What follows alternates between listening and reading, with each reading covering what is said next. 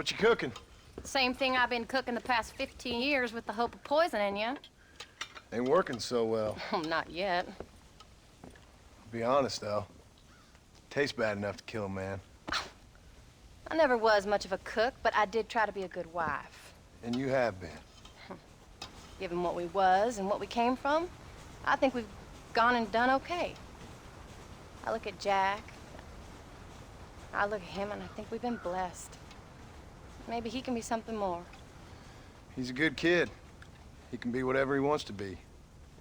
He ain't gonna be no frontier gunslinger killing and running those gang, though. That way's over.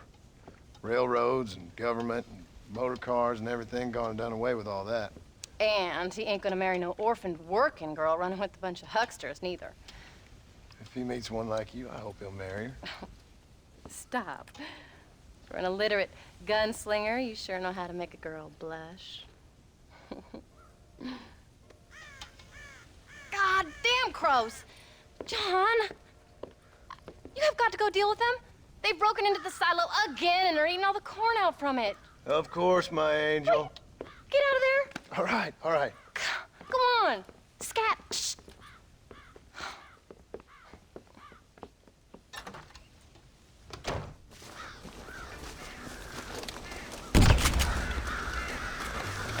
Down you go.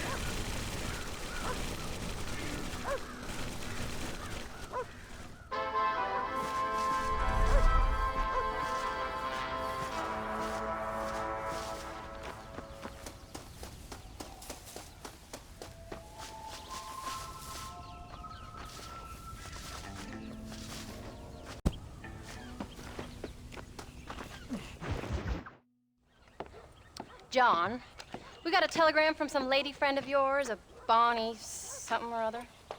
Something you ain't telling me? Bonnie McFarland. She's a friend. Saved my life when I went after Bill and nearly got myself killed again. Oh, and now you two's in the habit of sending each other letters. How very nice. It weren't nothing like that. What's it say? I don't know. I can't... Well, you know I can't read. Give it here. You read that thing out loud? I ain't hiding nothing.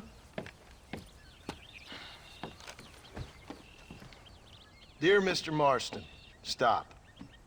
Need corn sacks. Stop. Emergency. Stop. Weevils and moths ate entire county supply. Stop. Can you help?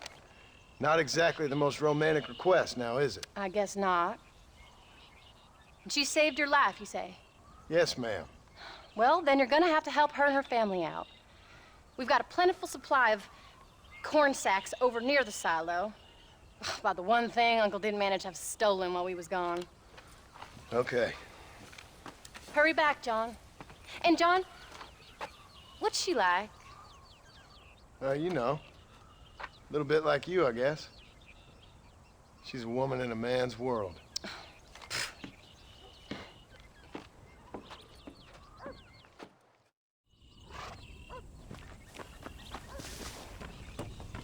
John, wait! Maybe I should meet this McFarland woman. Well, Come on, then. Let's get going.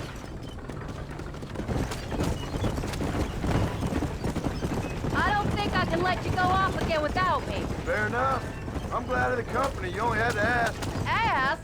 I was waiting for you to ask me. I thought you'd want to keep an eye on the boys. Oh, while you were off cavorting with cowgirls in the next county? I don't think so, John Marston. You only just got home. That Jack has seen enough of me for a lifetime. So, is she married? This Bonnie McFarland? No, What does she look like? I don't know. Pretty normal, I suppose. Normal? What? Normal like me? No. Normal as in 2 eyes, mouth, nose, that kind of normal. Besides, ain't no woman fine as you. A little flattery. Now we're finally getting somewhere. If you find yourself in a hole, the first thing to do is stop digging. Another pearl of wisdom from John Marston. I sure do miss those. I never took you for the jealous type, Abigail. I ain't jealous so much as curious. You heard what she wrote. It's just some corn. She saved my life, and she was decent enough to me, so I owe her this much at least. How did she save your life anyway? She found me half dead on the side of the road and took me to the doctor. Most folks would have left me there. Half dead from what? Bill didn't take so kindly to me visiting unannounced. Bill never did like surprises. How was he? Same as he was when we left. Angry and dumb. Taking his revenge out on the world. People down there was really scared of him. Of Bill? You gotta be kidding me. He was only frightening if he was afraid of dumb fools. Bill weren't so bad, but when Dutch went crazy, Bill took it hard. For a while, we all thought we'd found something right. Better way to live, but it was just a lie. So you saw before they did. Maybe. But they was still kind of a family. A family that left you for dead. You knew the truth, John, and they hated you for it. Where did they take you? Who? Those government bastards. Where did they hold you and Jack? I ain't sure. They kept their eyes covered there and back. Can't have been too far from here, though. They treat you right? It ain't the first time I've had a gun to my head, John. You're forgetting your marriage proposal. Very funny. No, they learned pretty quick what would happen if they laid a finger on me. Sons of bitches. It wasn't them or being there. I didn't care about that. I've been in far worse situations. It was the waiting. I didn't know if you was coming back. Of course I was coming back. Can't you get those horses to go any faster? You were only supposed to be gone for a couple of days. It took longer than I thought. The only thing Bill and Dutch was ever any good at was not getting caught. I started thinking you'd gone...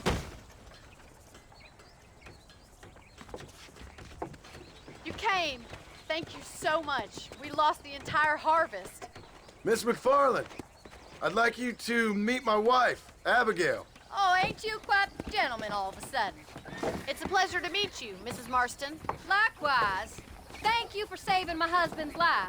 And for teaching the miserable old goat some manners, among other things. I didn't teach him anything. I know better than to try to change a man. You should meet my father. Oh, people can change, Miss McFarland. John and I have to believe that more than anybody. This is a decent first harvest for you, John. You should be proud. That's good land you got there. How are you feeling, Mrs. Marston? From what your husband told me, it must have been awful for you. I've been through worse, and I knew he'd be back before too long. He can't cook a meal to save his life. Abigail, in my darkest hours, when I was most homesick, just the thought of one of your rat meat stews kept me pushing forward. Well, about as amusing as a weeping saddle sore, ain't he, Miss McFarland? If you're gonna start yammering about women's work, John, I'd say you might be in the wrong company. I'd say so, too. I never felt so outnumbered.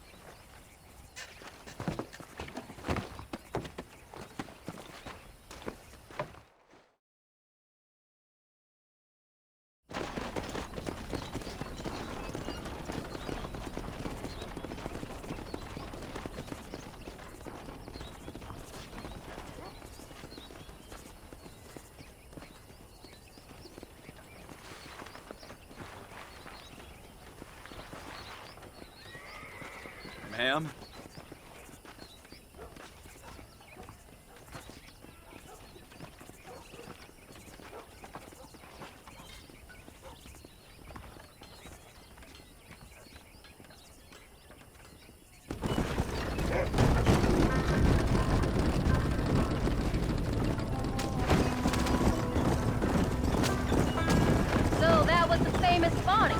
That was her, all right. She's pretty.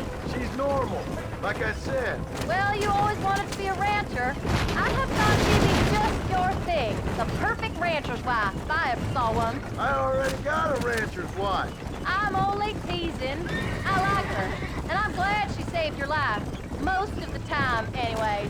The McFarlands are good people. She did blush better than a shepherd's sunset when she saw you, though. I have that effect on women. You clearly had one too many blows to the head. You ain't wrong about that, Mrs. Marston. That's quite a ranch they got there. That'll be us someday. As soon as we get back on our feet. I don't know, John. How many times can we start again? An outlaw and a working girl. We ain't exactly farmers. We are now. Forget that life. It's over. Do you really believe that? We have to. It's the only way we'll ever have a future. The life we led, that doesn't go away. It's never over. You think those government men are just gonna leave us alone now? The old gang's dead. I did what they asked. And that's it? A life of crime forgiven? We're back together, ain't we? Till they decide you owe them something else. Sometimes I think I was the stupid one for believing I could get out. Maybe Dutch, Bill, and Javier were just being honest with themselves. You ain't perfect, John, and I sure ain't. But you're better than they are, than they were. Maybe we can't change. But we gotta try, for Jack's sake. Even if we have to start again 100 times. It's better than going back to what we were. How's Jack doing? Angry, upset. He's been through a lot. I hope he's gonna be all right. It's gonna take time. For a while, his world was safe.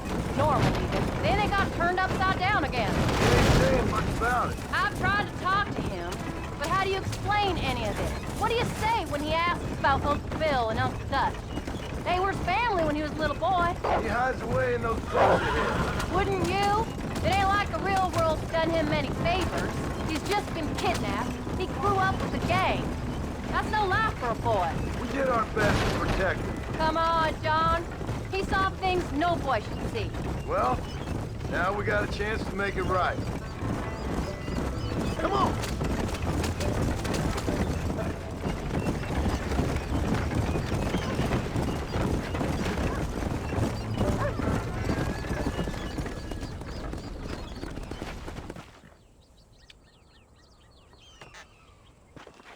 We did good today, John. I guess I better go fix us something to eat.